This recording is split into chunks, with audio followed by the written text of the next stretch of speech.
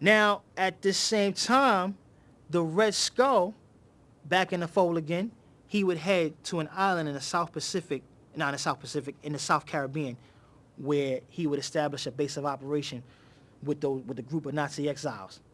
Now, while on that island, he found a miniaturized weapon called that was created. He found a miniaturized weapon that was created by the forces of AIM called the Cosmic Cube.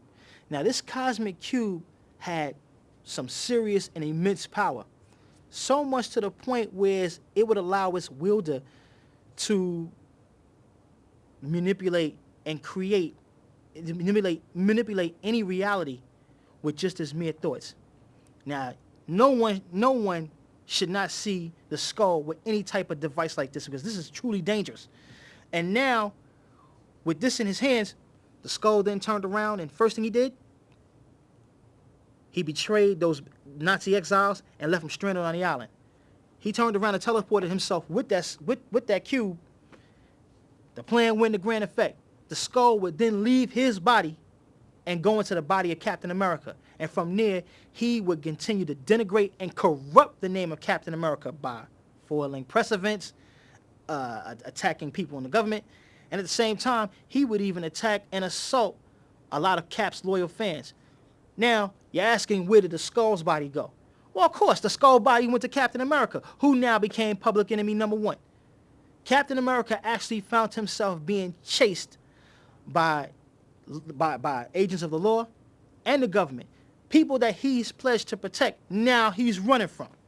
He would eventually flee off and he would go into hiding, but he couldn't hide from the Red Skull, who took that cube, and he would eventually find out where Cap's location was at. He would teleport him to that island in the South Caribbean, leaving him down there with the band of Nazi exiles. So now the prison raid begins, because they didn't see Captain America, but they saw the man that betrayed him. They saw the Red Skull, and they went out, and plenty of attempts to kill him was pretty much up in the air. Now, Rogers, being a resourceful one, he would find a place to hide, and he would eventually take off that red skeletal mask, putting his real identity out in the open, and he would flee into the jungle, trying to find an escape. When he got to the other side of that island, he came upon a small fishing village, and he met a man by the name of Sam Wilson, who originally was a resident of Harlem, New York. Now, Wilson, earlier that year, his plane had crashed on that island, and, he's pretty much been there trying to figure out an escape on his own.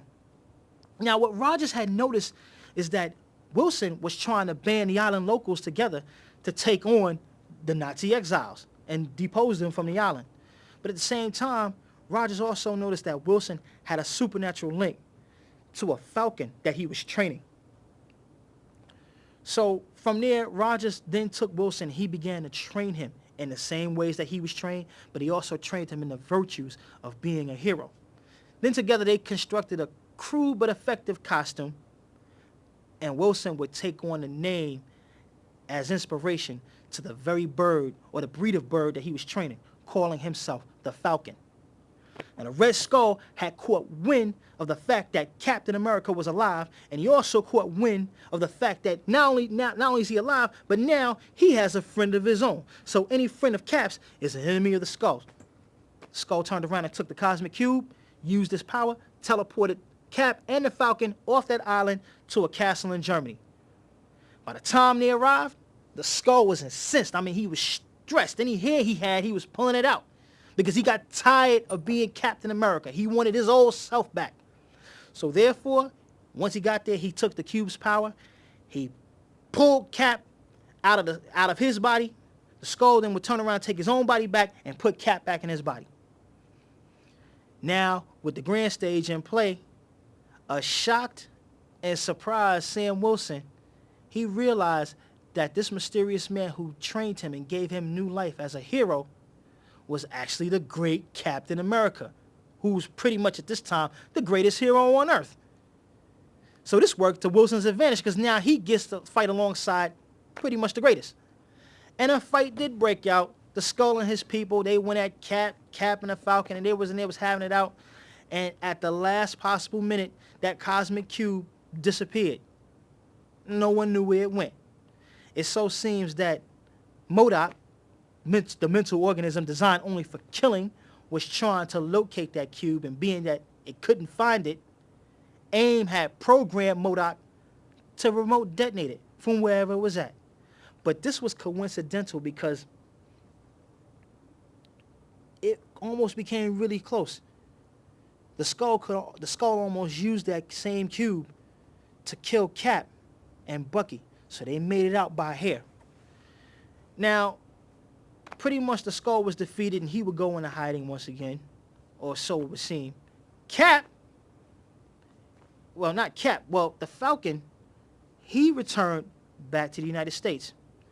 And under his disguise as Sam Wilson, he went back home to Harlem, and he helped with the civil rights movement, trying to pretty much protect his neighborhood and all the folks within.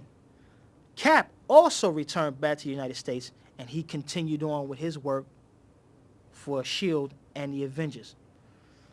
Now, upon Cap's return, the insane Steve Rogers and the insane Jack Monroe, the ones who were placed in suspended animation, well, they were released out of suspended animation, and once again, the rampage and the tirade began, and they began driving everybody pretty much nuts, and they became a threat once again. This time, Cap, the Falcon, and Agent 13, they came together, and they would eventually turn around and capture the insane Steve Rogers and Jack Monroe and place them right back in suspended animation, pending a cure. Now, by this time, as the 1970s loomed into effect, Cap began to see corruption and more and more corruption within the American populace and also within the government infrastructure. And a lot of that corruption was also leading straight to the steps of the White House. Incensed and enraged by what he is seeing by a country and a government that he's pledged to protect, Steve Rogers resigns as Captain America. And he would take on the guise as a new hero, becoming the first Nomad.